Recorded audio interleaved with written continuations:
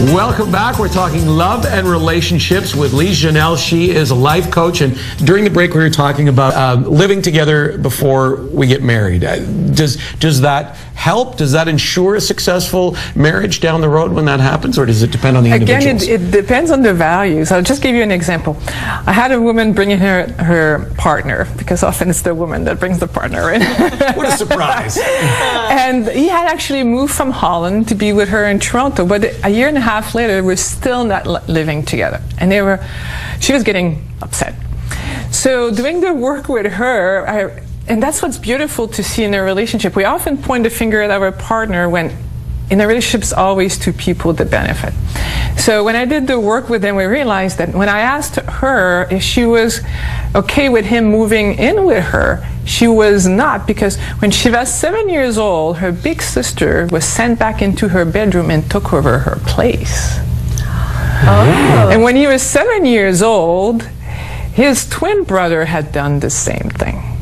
It gives you goosebumps. You really see when you do this work together, and it's like, I don't make it up. It's like they remember. It's like, oh yeah, this is true. This is what happens. So when How do you even dig that up? Well, through the work that I do. And the thing is does this come to them in the middle of a session that maybe they don't know why they're thinking this way, and then all of a sudden it kicks in and they remember? Because I do mind-body work, I can be specific, and they remember. They don't want to lose their independence. Exactly. So I worked this out, and they realized, oh, that's crazy. It's like my little sister. Now I love you and I want to live together with you. And a month later they moved in, and that's 2 years ago, and they're still quite happy together. But sometimes we have unconscious beliefs and patterns that have nothing to do with what's happening, and that's what makes us react.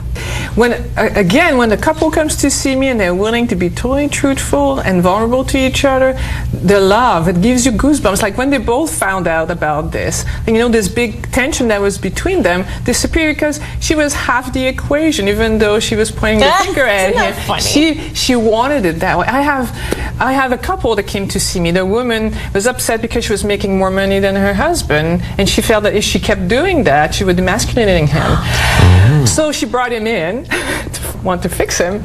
But then when we worked together, we discovered when she was young, her mom, once she got money, she left her husband, her father. Oh, okay. And when he was younger, when he made money, his parents took his money and kept the money for themselves. So he decided he didn't want to make that much money. So even though it looked like it was not a good dynamic, it was a perfect fit for each other.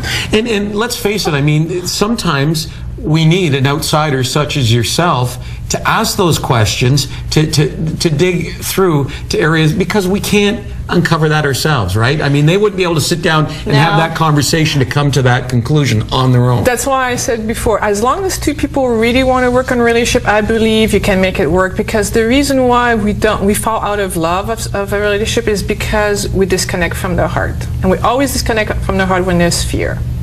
There's two types of fear. There's the conscious one, but also the unconscious one, which gets in the way. And you've also said that usually it's the woman that brings the man, and so obviously women find it easier to do this than the men usually do. Yes, you're right. Are women more conscious of it, or well, women, we grew up, it was allowed for us to cry. It's okay to have emotions. For a man, unless you're angry, any other emotion was not allowed. You were a wuss if you were crying or being afraid. So men learn to disconnect from the emotion, they move into their head more, and they don't feel really equipped. And when they were a woman who's so equipped to deal with emotions, they feel like, I'm not on par here. So they become defensive because they don't feel comfortable, they don't feel it as quickly, they can't communicate about it as well. And so it creates a gap, and it's very important for women to know that a man that wants to open and feel their emotion is vulnerable, and to be really, really aware of that. And something that's very important, if I can put this in here, because it's a big difference between the male and the female brain wiring. For a woman, we can use about 21,000 words in a day. For a man, it's 7,000. Oh, and so it's true, we do talk more. And women to process. Oh, it doesn't mean you know more words. It just means that you use more words. Okay, good. And women to process their thought need to talk about it.